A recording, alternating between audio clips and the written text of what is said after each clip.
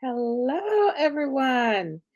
Tonight's episode on the 30 is how to create an organizational culture of leadership development. And this is episode 175. Hello again. Welcome to the 30. Today, we're going to provide some relevant information to our viewers and listeners to enhance personal, professional, and spiritual lives. My name is Sabrina. And like I said before, this is episode 175. And thank you all for being here. Today I'm going to be interviewing Patrick. So behind the leadership mic, unmasking the host. So we're switching tables tonight. So hello, Patrick. Hi, Sabrina. Yes, we are finding out more about our host tonight. It's not as How are easy you? as some people think it is, right? Yeah. Sabrina, I'm doing well. I'm doing much better. As you know, I was a little bit under the weather this week, but thank God that I'm up and 100% ready to go. Praise the Lord for, Yes, indeed, small indeed. blessings and yes. So Patrick, as we discuss this leadership topic, tell us a little bit about your younger leadership days. Like how did you sort of come to realize that you had that ability to take charge, even though, maybe I don't know what age that started and how it sort of developed over the years. And then obviously you would be recognizing that, you know, you're taking the lead and you're helping to actually lead that, whatever the thing was. Well, I think it started, as you know, I was born on the beautiful island of Barbados. That's where I was born and raised, and I think it all started um, back then when I was younger, playing cricket and football and everything. I think I always had that knack for leading, but I didn't realize that it was uh, something that I think all of us had that, right? If I wasn't there, someone else would step up. But I always was the one to take initiative to get things done and move forward, and basically it was the one to get us in trouble and all those lovely things. So from young, I realized that I had a skill and a talent of leading, but I didn't realize it until I was really in my late teens that it was something that I had. But I, of course, made mistakes along the way, and I needed to have it more nurtured. But yeah, from a very young age, I realized that the skill was there. or the That's traits, I amazing. should say. Right, right. And like you said, you didn't really come to recognize that in yourself until in the later years. Now, when you recognize that, Mhm. how did you get to that next step in your leadership journey? In terms of being a leader, or in terms of the In journey terms itself. Yeah, in terms of developing, Mhm. that skill. Yeah, I would always be I would always listen to others and watch others and be fascinated by others. I love to read success stories. I've always been inspired by how did someone get from where they are to where they are now? What are some of the things that they did? What are some of the attributes that they have? So I've always had that curiosity of effect of trying to find out what did they do? What were some of the things that they did? And one of the things that got me even more interested in leadership and understanding the dynamics of leaders and leadership and what they how they got to where they are was my involvement. And I'll tell you this now, was my involvement in multi-level marketing. I In was an Amway for a very long time, and that helped me to really understand the true dynamics of leadership and what it takes to become an effective leader. Because they always talked about reading books and studying and going after what you want. So those are some of the things that I saw, and I really admire that and the leaders that I had at the time. Yeah. And can you give our audience like a book or two that has really stood out, in terms of learning how to be a better leader, how to grow yourself as a leader? Mhm. Yeah, as I said on last week's episode, one of the books that I started reading early, outside of the Bible, of course, was Think and Grow Rich, right? Think and Grow Rich. I think that was by Napoleon Hill, and How to Win Friends and Influence People by Dale Carnegie. Those were two books that really stood out to me at a very early age, and I would always be reading. Then there was another one. I think this was by Harvey McKay. How to Can't remember the exact name of it, but swim but not get bite by the sharks or something like that. So those are some of the books, and then there's another one that I really love, and it's a small little one. It's like a sales book by Ogmandino. So those are some of the books that I read early on, and realizing that leadership, yeah, there is a skill to it, but you also need to have it nurtured. Ah, interesting. That's interesting. Yeah, books are fascinating, obviously. And like you say, studying what others have done so you know that it's possible, it's doable, and what was their journey getting there. Yeah. So, coming up to now, like currently, I know that you do a lot of training in the corporate world, with teams and individuals in this leadership space. Can you describe a little bit about your methodology? Like when you go into a company, how do you start figuring out where their gaps might be or what they want to focus on? Like, can you share a little bit about that? Yeah, and all this came about again. I've been on the other side, right? Being working within a company and having vendors come in, I realized that some of them got it and understood it in terms of dealing with me as a customer, and some didn't. So one of the things that I learned was I needed to understand the customer. I need to understand what are their desired outcomes or goals. Where do they see themselves going? Why are they looking at training and developing at this point? What are some of the things that they would like to accomplish as a result of training and development? So I talk about the desired outcomes or your desired goals. And then the next step now is what's currently taking place. So talk to me about that. So here I know where you want to go, what's currently taking place, and then what are some of the gaps, right? What's stopping you from getting from where you are to where you want to go? And then our job as development specialists in the L&D field is to come in and help the customer close those gaps. So if they're unable to close the gaps, our job is to really come in with a customized solution to help close that gap for them and help them to get from where they are to where they desire to be. So that's our philosophy, and we do that with every customer or every potential customer that we interact with, as opposed to coming in with a customize with one solution, because one solution doesn't fit every customer. That's really important that you take the time to understand what their needs are, what their gaps are, and give them a customized solution Mhm, that really works with their goals.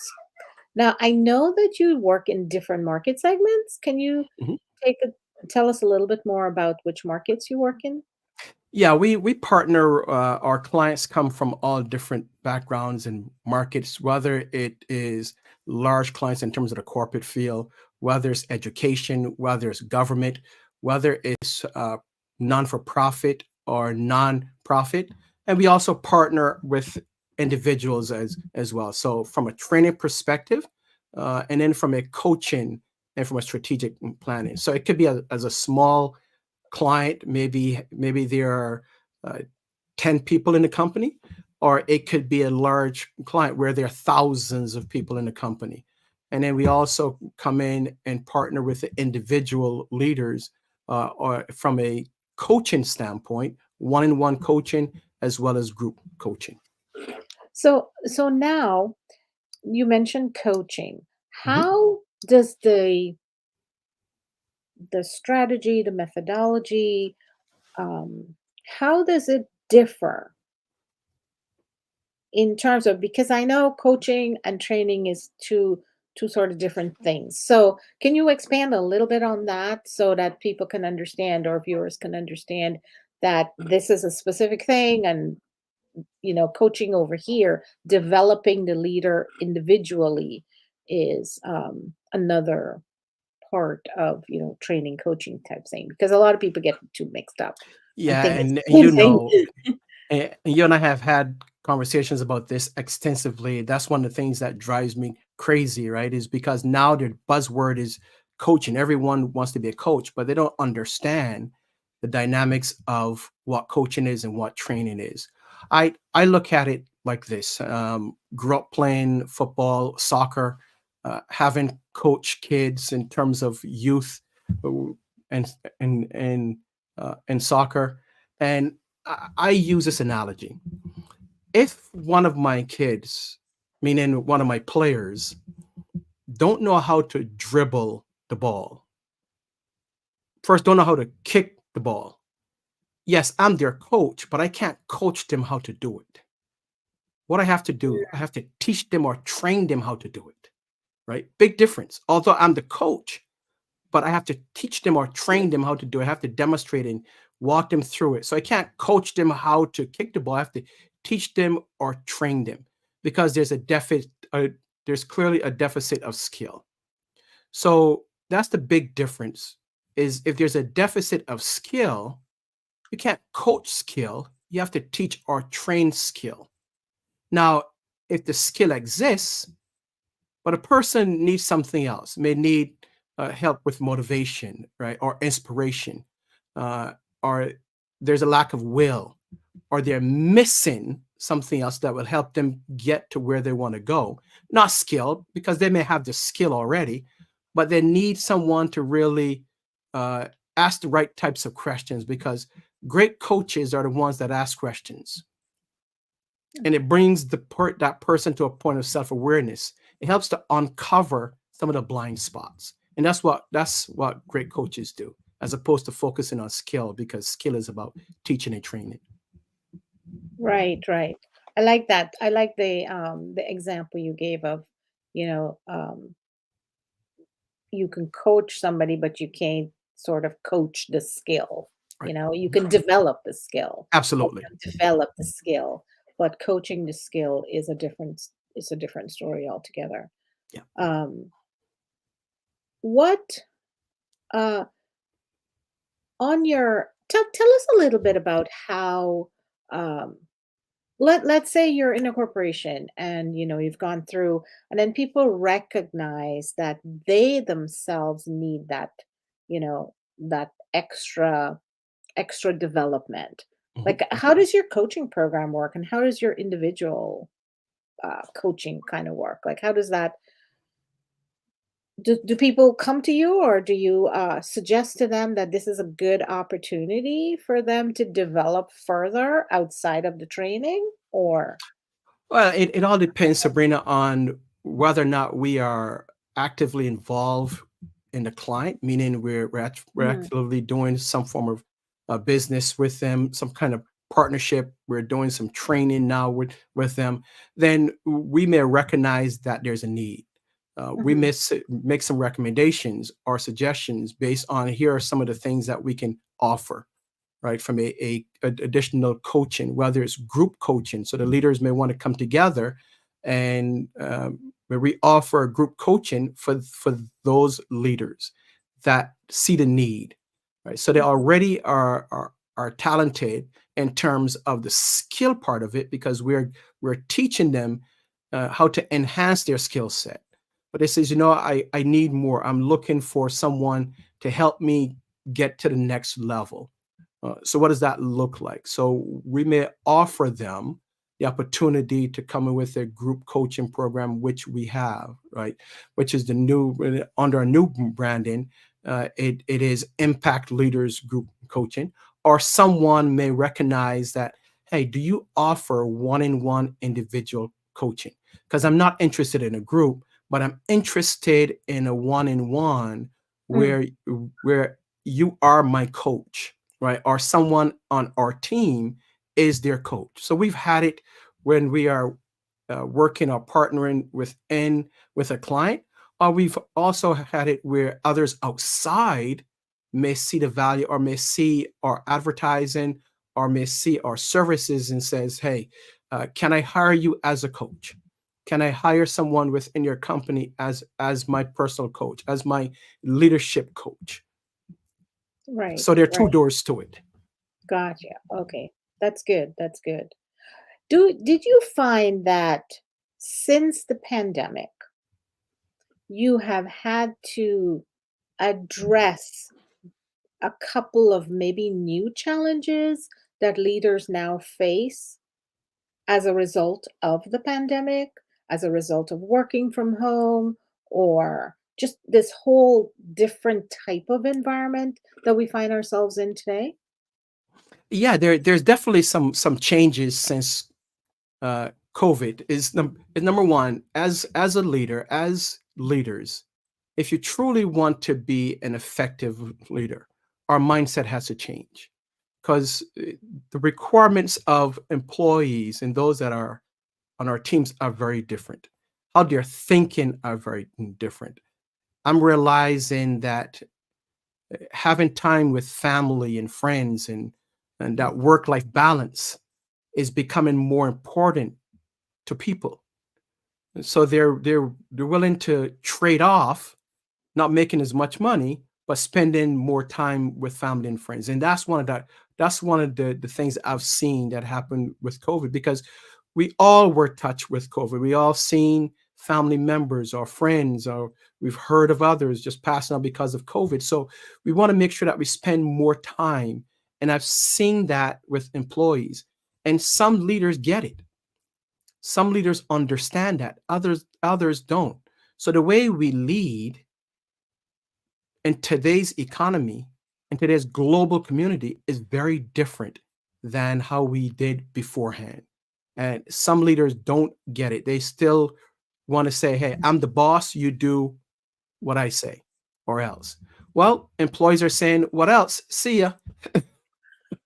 Yeah, I Right. So know. how we lead, we have to lead with more empathy and compassion when it comes to our teams and understanding that there's life outside of the workplace.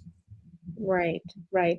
Do you find that leading a team, do you find that leaders have to have a few different tools in their toolbox for managing teams in person and online? Like, do you find that there might be a few extra things that they need here and here, or things that they need here but they don't need over here, like for online and offline? I would imagine that it's a couple of, different tools or additional tools. Yeah, there it's not there's some additional tools. It's funny because uh, my leadership um, was done in a very different space, right? I started off leading virtual teams. That's how.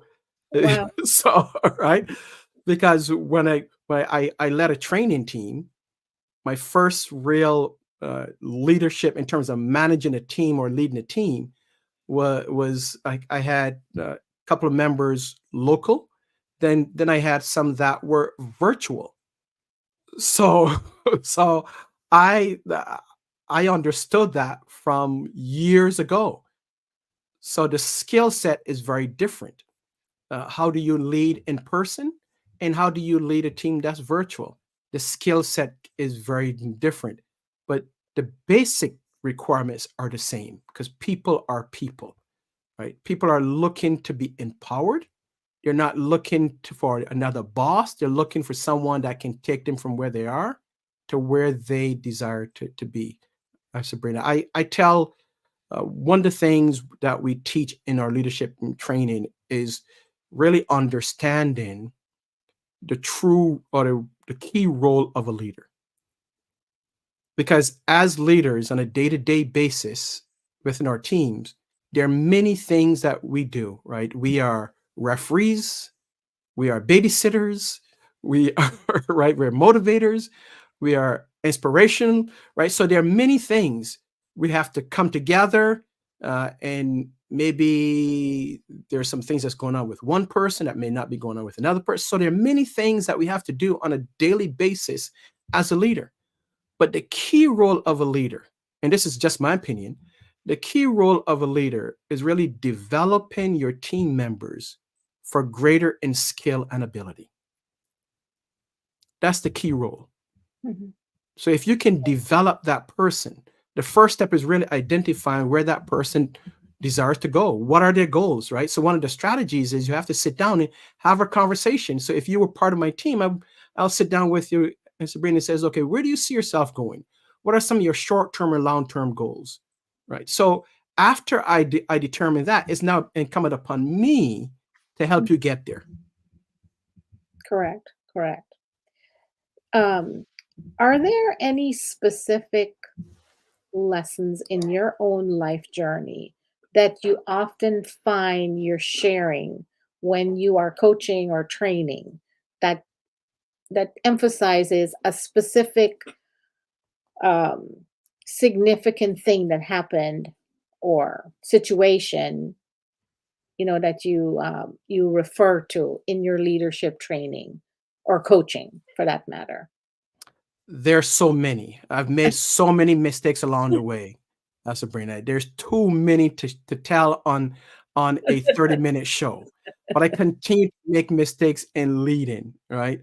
But one of the key ones is I always tell folks is this. I may not be the smartest person in the room. My claim to fame is that I would outwork you because that's how I was brought up. The work ethic, right? You work, work, work, work, work. So one of the mistakes that I made earlier on, and probably up until about maybe 15 years ago, is that I would do all the work, and I still have to catch myself in that, as opposed to empowering others Mhm. and finding out what their strengths are. So what I tell leaders is identify what the strengths are. What are your team members good at? What are they passionate about? You find out what they're good at and you empower them to use that skill that they have to get the work done. So all of a sudden now you go from the hardest worker to being the smartest person because you're helping that person accomplish what they want to accomplish and the work is done. But I've made so many mistakes along the way, and that was one of the keys is wanting to do everything on my own as opposed to empowering others, right? Trusting others and empowering others and using their skill set, using what they're good at to help get the work done. Because once they do that, now they've realized that there are new skills. You, the leader, have realized that, hey, this person has some really good skills that can help the company and can help themselves. So you just empower them and encourage them to utilize this skill and just back off of them and let them do it. That is a hard one, Patrick. I'm sure there's a lot of people that have a hard time letting go and That is thinking that that they can do everything themselves better than anybody else. that is a hard one. It is. I'm challenged with that daily, but I'm telling you that I'm better now than what I used to be. Yeah, I think it's not just you. I think we all go through that, Yeah. at some point. But being aware of it and recognizing that, I think is important. Um, and as we are wrapping up, oh, thankful he's changed. I see Stephanie says, thankful we've changed your approach to work, work, work. Now we have a little bit of balance. Yes. As we wrap up, Patrick, these skills as a leader, it's not just for a work environment. It's just I feel that it's not I feel, I know that it's important for us as a human being, Mhm. as we go through life in the different parts of our life. We're not just in corporate or in, whatever. Because can you talk a little bit more about how individuals, realizing after they've gone through all this training and when they come out of it, they have grown as a person. And it has to show up in different parts of their life. Yeah, I agreed. A lot of our training, Sabrina, although we focus on the skill part of it when it comes to training and the aptitude or attitude, sorry, when it comes more in terms of coaching, but a lot of it that we do is self reflection, right? And hoping that not only are we preparing ourselves for the work part of it, but more importantly, preparing ourselves for the life part of it. So a lot of the training is self introspect in terms of looking at, hey, I see myself in this. Like what you just said, a lot of the leaders do the same thing: work, work, work, work, work. Right. So when we talk about that, when we talk about the mistakes that we make, and we are transparent, and we talk about those things, others see it and says, "Yeah, I'm the same way too." So Yeah. if you can do it, and if you're learning how to do that, right, I can also learn. One of the things that we talk about is that as a leader, you don't have to be perfect. Your team members don't want you to be perfect, so don't pretend to be perfect because you're not. It's okay to be transparent and be vulnerable and letting them know I made mistakes along the way, and here are some of the mistakes. And Not here's how just we can in correct. work, right, but in life. And here's what I did. Here's how I learned. Yeah. Yeah. Because we're not perfect. None of us, and this is how we learn how to do things. Yeah, We don't come, we're not born with manuals. So, yeah, yeah. we have to, yeah. So as we wrap up, Patrick, what are some words of wisdom that you would like to leave with our audience in terms of their leadership journey? Sure. I'll leave them with this nugget, and if some of those that were part of our class or any of our trainings over the years. Can you believe from the Jackman Group? We're into our 13th year. 13 years. Congratulations. Yeah, and as a company. But one of the things that we talk about, Sabrina, and this is just not for the work environment or the business environment. This is also for life. Is that and here's a nugget, and I don't know where I got it from, or I read it somewhere, or maybe it just came to me. But in the absence of information, the mind fills in the blank, right? So true. So as a leader, if you're looking at your teams, they want to know if you're assigning them a task or something to do. They want to know what is the reason behind that. What's right? Mhm. Why should we be doing this? How is this going to help us? So Right. you need to fill in the blank. You need to give them the information, because if you don't give them the information, guess what's going to happen? They're gonna fill it in. They're going to fill it in. Right? And everybody will have a different a different, fill-in. Exactly. So I said it's, and I learned this from one of my first. I would say she was probably a mentor. Not she was. She is a mentor, Mhm, um, and she hired me and promoted me as the manager because she moved up in the company, and I took her position. But one of the things that I learned from her that I thought was just fantastic, and I learned a lot from her, was Donna. Her name was is Donna, and I learned the importance of oversharing as opposed to undersharing. Now, of course, you can't share everything because there are things that are confidential. But as opposed to, so because people want to know what is the reason, right? Why are we doing this?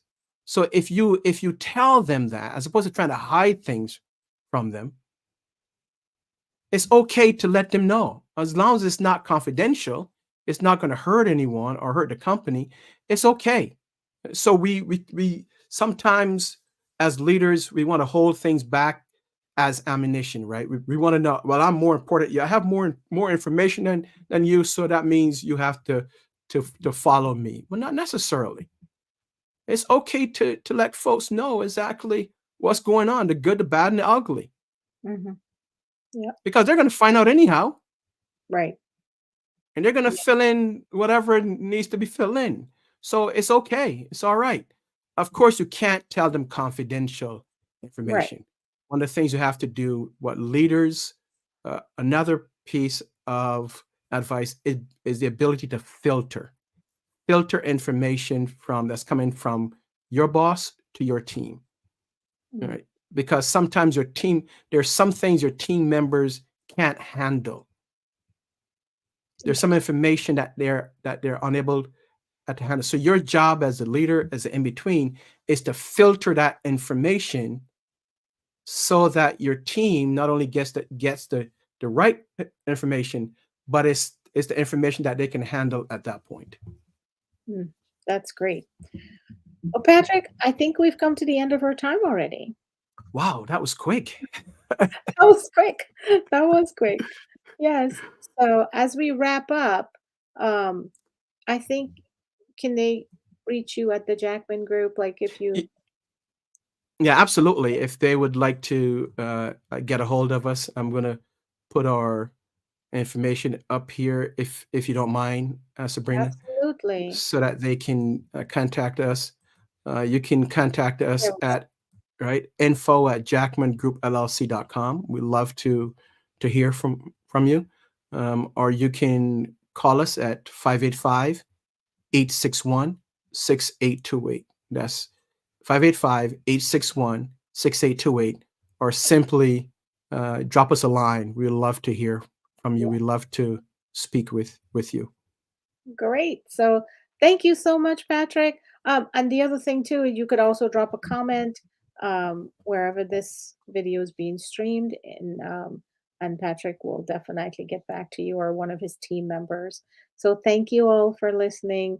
Patrick, thank you for sharing your journey as a leader and developing others and helping other, coaching clients and corporate trainer, teams become better leaders. But thank you for all you do. And any last words before we wrap up?